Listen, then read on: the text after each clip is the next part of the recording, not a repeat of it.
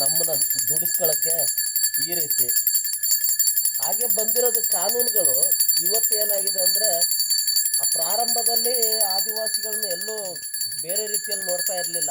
ಈ ಬ್ರಿಟಿಷ್ನವ್ರ ಕಾಲದಲ್ಲಿ, ಮಹಾರಾಜರ ಕಾಲದಲ್ಲಿ, ಈ ಪಾಳೆಗಾರರ ಕಾಲದಲ್ಲಿ ನಮ್ಮನ್ನ ದುಡಿಸ್ಕೊಳ್ತಿದ್ರು. ಹಾಗೆ ಕಾಲಕ್ರಮೇಣ ನಮ್ಮ ಪ್ರಜಾಪ್ರಭುತ್ವ ಸರ್ಕಾರ ಬರ್ತಲ್ಲ, ಆಗ ಶುರು ಆಯಿತು ಕಾಡು ಬೇರೆ ಮನಸ್ಸು ಬೇರೆ ಈ ರೀತಿ ಆಲೋಚನೆಗಳು. ಅಲ್ಲಿಂದ ನೋಡಿ ನಮ್ಮ ಕಾಡನ್ನು ವ್ಯಾಪಾರೀಕರಣ ದೃಷ್ಟಿಯಲ್ಲಿ ಕಲಿಸಿದವರೇ ಬ್ರಿಟಿಷ್ನವರು. ಅವರು ಕಲಿಸಿದ್ದು ವ್ಯಾಪಾರೀಕರಣದ್ದು.